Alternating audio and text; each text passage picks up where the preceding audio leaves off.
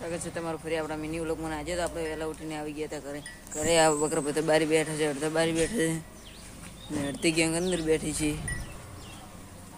फिर मिलते ही बकरा चारवा जता फाइनली આપણે બકરા ચારવા જતા રહ્યા છે ને વાટે દરા ટણા ફાઇનલી અમે ખેતરમાં પહોંચી ગયા છીએ ને સરવાનો જબ્બર છે. હમણાં ભેંસો સરેરી છે ને આકોરા બકરા સરેરા છે.